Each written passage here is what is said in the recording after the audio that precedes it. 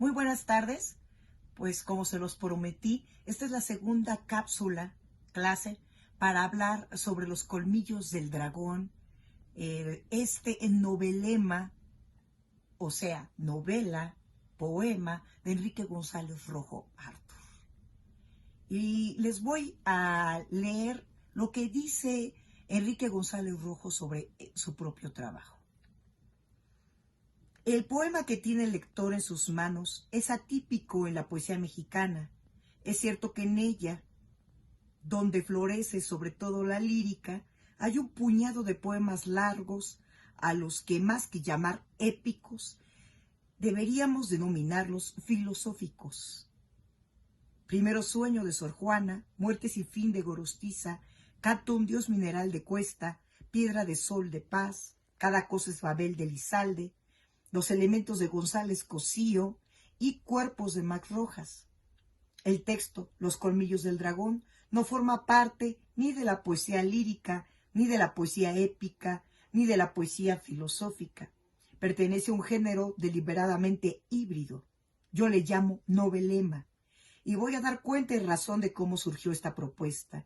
Con excepción de la poesía social que trae consigo su propia heterodoxia, la creación poemática predominante en México, cuando empecé a escribir y hasta el día de hoy, varios nombres podrían emplearse para aludir a este empeño: prosema, prosa poética, poemas en prosa, etc., se ubicaba o tendía a hacerlo en el terreno de lo puramente lírico, de la estructuración de anáforas sagradas, en donde, además del enlace armonioso de palabras, cabían diversos temas, algunos sentimientos, ciertos afanes y ya.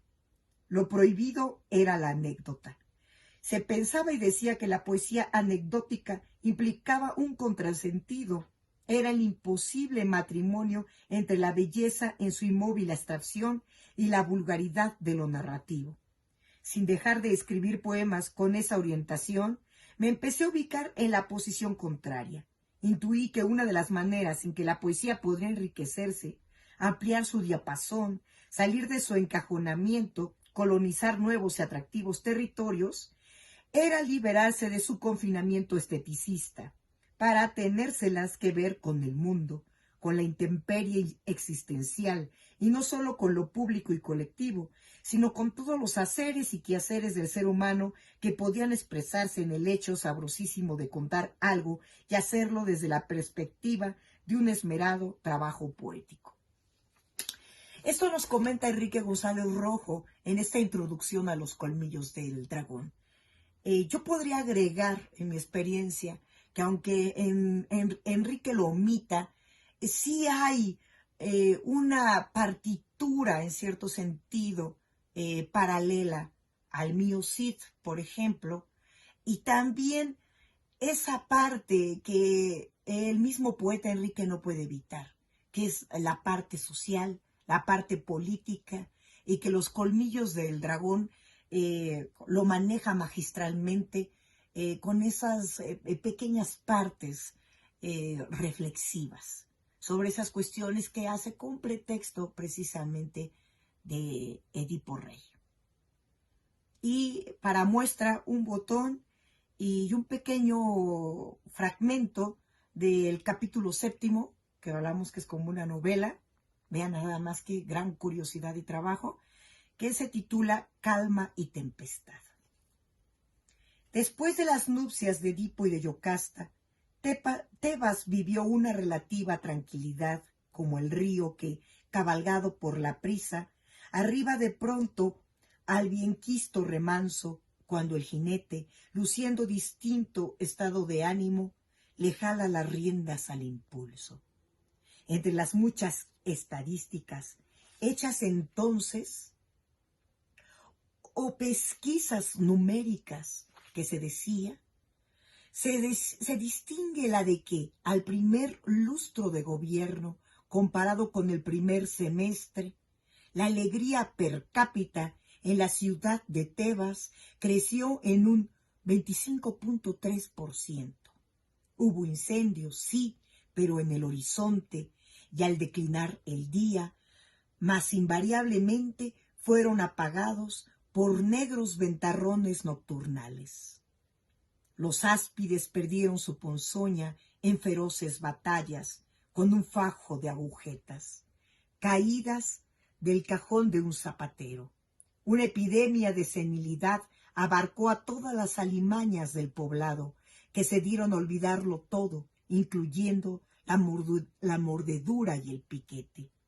Fueron tiempos de dicha, alucinado por esa atmósfera embriagante.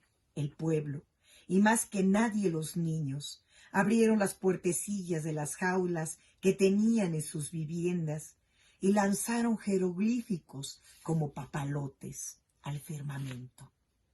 Mas cierto día armonioso hubo un cambio de situación, urdido en las entrañas del enigma.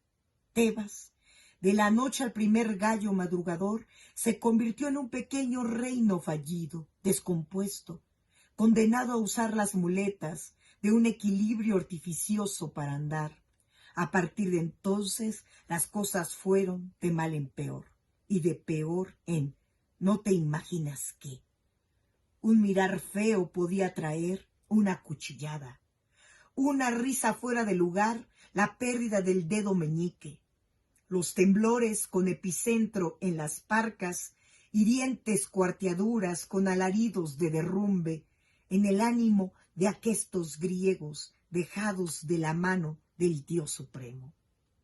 No pasaba una noche sin que apareciera alguna de las musas ahorcada en las ramas de un árbol. Hubo una sequía de leche materna y las mujeres empezaron a amamantar a sus criaturas con un veneno blancuzco y maloliente. La corrupción, comprando hasta el don de ubicuidad, tuvo pretensiones de ser coronada, usar el cetro como zigzagueante base de un latido y tener en un mullido trono el feliz encajonamiento de sus nalgas.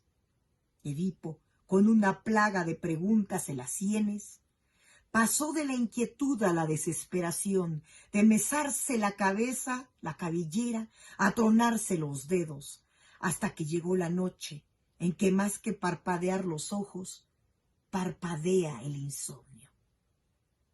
Aquí podemos ver estas particularidades del novelema de los colmillos del dragón. Les dejo esta pequeña cápsula, segunda, y nos vemos en la tercera parte. Gracias.